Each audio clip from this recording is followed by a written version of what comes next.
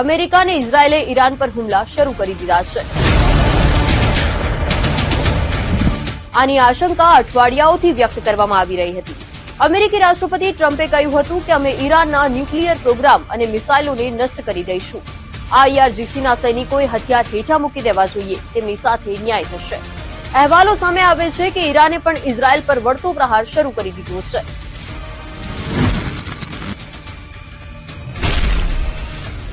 નમસ્કાર, હું છું દેવલ.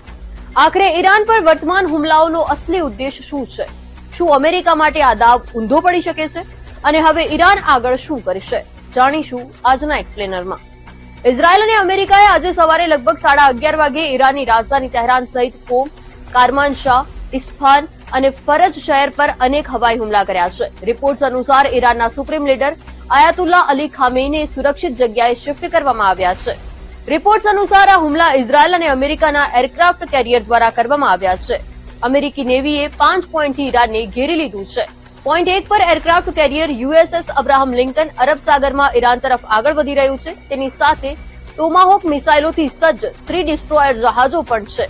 પોઈન્ટ 2 પર હોર્મુઝ સ્ટ્રેટ પાસે 2 અમેરિકી ડિસ્ટ્રોયર USS મિસ્ટર અને USS માઇકલ મર્ફી તૈનાત છે. પોઈન્ટ 3 પર પાર્શિયલ ગલ્ફમાં 2 કોમ્બેટ શિપ USS તુલસા અને કેનબરા ડેરા તૈનાત કરવામાં આવ્યા છે. આ જગ્યા ઈરાનની રાજધાની તહેરાનથી સૌથી નજીક છે. પોઈન્ટ 4 પર USS જેરાલ્ડ આર ફોર્ડ ઇઝરાયેલની નજીક પહોંચી ગયું છે. તેની સાથે 3 ગાઇડેડ મિસાઇલ ડિસ્ટ્રોયર પણ છે. પોઈન્ટ 5 ઉપર રેડ સીમાં અમેરિકી navy destroyer USS Delbert D Black તૈનાત કરવામાં આવ્યું છે.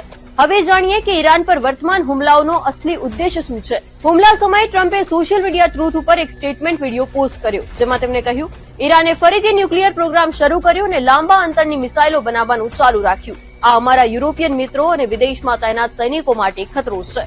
આ હુમલા તહેરાનની સત્તા વિરુદ્ધ ચાલી રહેલા ઓપરેશનનો